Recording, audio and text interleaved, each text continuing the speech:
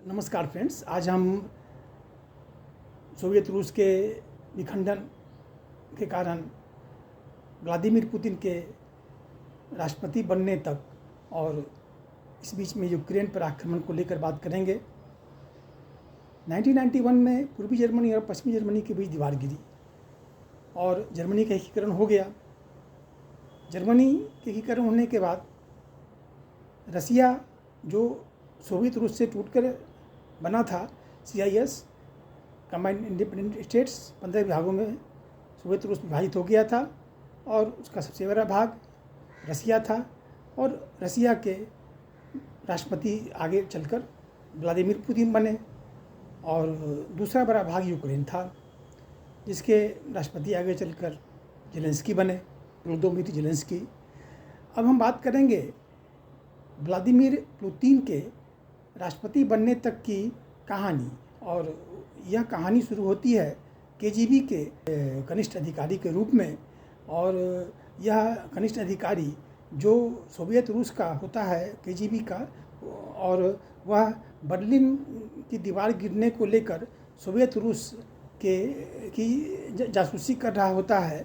और यह Vladimir Putin यह जर्मनी के एकीकरण के प्रोसेस को देख रहा होता है और यह बर्लिन के अंदर से निकलकर सोवियत रूस पर संभावित आक्रमण करने वाली जर्मनी की सेना को अंदर अपने देश में प्रवेश करने को लेकर आशंकित होकर रातों रात अपने सभी खुफिया फाइलों को जला डालता है।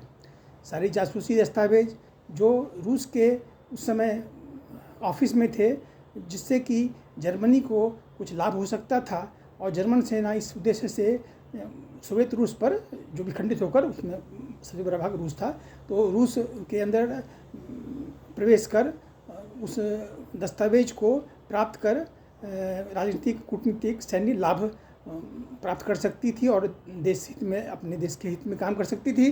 तो व्लादिमीर पुतिन ने वो सारा रहस्य रातों रात उस दस्तावेज को जला डाला और एक KGB के वो कनिष्ठ अधिकारी थे, व्लादिमीर पुतिन थे। और अब आगे चलकर व्लादिमीर पुतिन राष्ट्रपति बनते हैं 2000 के आसपास। व्लादिमीर पुतिन जब राष्ट्रपति बनते हैं तो राष्ट्रपति बनने के समय व्लादिमीर पुतिन के मन में यह इच्छा जगी कि मैं आगे चलकर रसिया को पूर्व का सोवियत रूस बनाऊंगा, सोवियत रूस को पूर्व का गौरव दिलाऊंगा। और सोवियत रूस को पूर्व के गौरव दिलाने को लेकर व्लादिमीर पुतिन जेलेंस्की, जो राष्ट्रपति यूक्रेन के थे, यूक्रेन पर आक्रमण कर देते हैं। यूक्रेन जो दूसरा सबसे बड़ा भाग था, व्लादिमीर पुतिन के मन में यह इच्छा जगती है कि पहला बड़ा भाग मेरा सोवियत रूस है, दूसरा बड़ा भाग यूक्रेन है, तो यूक्रेन पर आक्रमण कर दो। यूक्रेन जब प्राप्त हो जाएगा तो बाकी के भी कंबाइंड इंडिपेंडेंट स्टेट्स के बाकी बचे हुए भी 13 राष्ट्र भी धीरे धीरे कर एक एक कर प्राप्त मैं कर लूँगा। तो इस उद्देश्य से व्लादिमीर पुतिन सबसे पहले यूक्रेन पर आक्रमण करते हैं। यूक्रेन पर आक्रमण कर व्लादिमीर पुतिन पुराने USSR के पुराने गौरव को प्राप्त करना चाहते हैं। USSR के पुराने गौरव को प्राप्त करने के लिए व्लादिमीर पुतिन यूक्रेन पर आक्रमण करते हैं। यूक्रेन पर ये नाटो में शामिल होने को लेकर सोवियत रूस के राष्ट्रपति व्लादिमीर पुतिन मना करते हैं यूक्रेन को। और यह तो सिर्फ देखी दिखाई बात जान पड़ती थी और यह सिर्फ ऊपरी तौर पर यह भाषा दिखाई पड़ती थी, प्रतीत होती थी, लेकिन यह ऐसा अंदर में यह बात USSR के यूनिफिकेशन के, सोवियत रूस के पुनर्गठन के, सोवियत रूस के एकीकरण के की बात ही अंदर निकल कर आई थी। और यह ऊपरी तौर पर यह कहा गया कि जेलेंस्की, यह जो यूक्रेन के राष्ट्रपति थे, वह नाटो में मिलना चाहते हैं और सोवियत रूस के राष्ट्रपति व्लादिमीर पुतिन जेलेंस्की को मना करते हैं कि आप नाटो में मत मिलो, क्योंकि आप मेरे पूर्व सोवियत रूस के एक भाग थे आपके माइन इंडिपेंडेंट स्टेट्स के एक सदस्य हैं। आप सोवियत रूस के 15 विखंडित देशों में से एक हैं। तो जैसा 15 देश एक साथ मिलकर रहें वैसे आप भी रहिए, इसलिए आप नेटो में शामिल नहीं होइए। और यह अमेरिका पहले से ही इस बात को लेकर यूक्रेन पर वह उसको यूक्रेन को यह राजी करने पर, मनाने पर लगा हुआ था, कहने पर लगा हुआ था, और यह कहकर कि आप नेटो में शामिल हो जाइए। और अमेरिका की पूरी इच्छा थी कि यूक्रेन नेटो में सम्मिलित हो जाए। पर ऐसा होने से परंतु ऐसा होने को लेकर यह सारा तो एक तरह से रोड मैप तैयार हो गया था, और परंतु ऐसा संभव नहीं हो सका। ऐसा ब्लूप्रिंट तैयार होने से और ऐसा साफ स्ट्रक्चर मैप तैयार हो जाने से और वह वास्तविक रूप में सामने आ जाने को लेकर काफ़ी फ़र्क यहाँ भी दिखाई पड़ा। और वास्तविक धरातल पर यह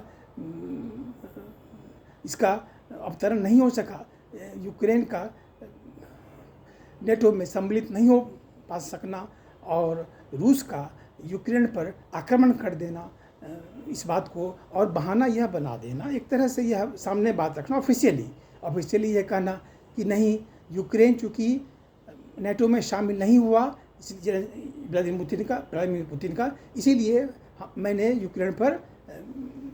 यूक्रेन को बहुत शामिल होना चाहता था यूक्रेन नेटो में, और सोवियत रूस के एक भाग होने से पहले पूर्व के और अभी के लिए वह रूस के बाद सबसे बड़ा दूसरा भाग यूक्रेन होने को लेकर व्लादिमीर पुतिन ने साफ मना किया।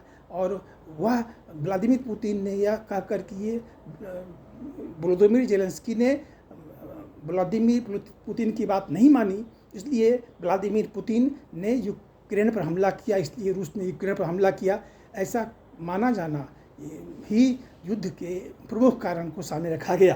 परंतु अंदर यह बात साफ क्लियर थी कि नहीं, यूक्रेन जो था वह व्लादिमीर पुतिन जो खुफिया अधिकारी थे 1991 के जर्मन यूनिफिकेशन यूएसएसआर के विखंडन के समय, तो यूएसएसआर के विखंडन के समय केजीबी के खुफिया अधिकारी थे। तो व्लादिमीर पुतिन यह नहीं चाहते थे कि किसी भी हालत में सोवियत रूस का वो गौरव वापस हो। वह चाहते थे कि सोवियत रूस का गौरव वापस हो, पुराना गौरव वापस हो। अमेरिका जो भी करे, अमेरिका ने किया ऐसा, अपने CIA को लगा दिया और 15 विभागों में विभक्त करवा दिया सोवियत रूस को। तो व्लादिमीर पुतिन का यह खुफिया अधिकारी के तौर पर इस डेवलपमेंट को देख पाते हुए वह इस बात को वह सहन नहीं कर पा रहे थे कि ऐसा अमेरिका ने करवाया। तो आज मैं भी एक इस अथॉरिटी पर हूँ कि मैं भी कुछ इसके लिए कुछ कर सकता हूँ, अपने देश के लिए कुछ कर सकता हूँ, अपने राष्ट्र के लिए कुछ कर सकता हूँ, देश हित में कुछ कर सकता हूँ। तो व्लादिमीर पुतिन ने ज़ेलेंस्की यूक्रेन पर आक्रमण किया और यह ऑफिशियली यह बात कही कि यूक्रेन नाटो में शामिल होना चाहता था, इसीलिए और मैंने मना किया और यूक्रेन ने मेरी बात को नहीं मानी। वोलोदिमीर ज़ेलेंस्की ने मेरी बात नहीं मानी, तो मैंने यूक्रेन पर आक्रमण कर दिया। तो ऐसा इस तरह से कहकर व्लादिमीर पुतिन इस बात को यह कहकर यह हमेशा यह मानते रह गए कि यूक्रेन ने अगर हमें अपने अंदर मानते रह गए, इस बात को लेकर यह सोचते रहे कि यूक्रेन अगर आज सोवियत रूस में अगर शामिल हो जाता है तो बाकी के भी राष्ट्र भी, बेलारूस, तजाकिस्तान, किर्गिस्तान, ये जितने भी राष्ट्र बचे हुए हैं वो सभी राष्ट्र भी स्वयं ही और या नहीं तो आक्रमण के बाद रूस में सम्मिलित हो जाएंगे और वह पुराना यूएसएसआर का गौरव तो फिर से प्राप्त हो जाएगा। और ऐसा दिवा स्वप्न तो व्लादिमीर पुतिन ने देख ही लिया। यह संभव हो, यह तो हमें देखने की अभी तो कितने साल लग गए यूक्रेन पर आक्रमण किया, लेकिन रूस के राष्ट्रपति व्लादिमीर पुतिन यूक्रेन को प्राप्त नहीं कर पाए। अब देखते हैं आगे चलकर, आगे आने वाले दिनों में क्या होता है। अगले एपिसोड में मैं फिर और इस बारे में कुछ बात करूँगा। Thank you.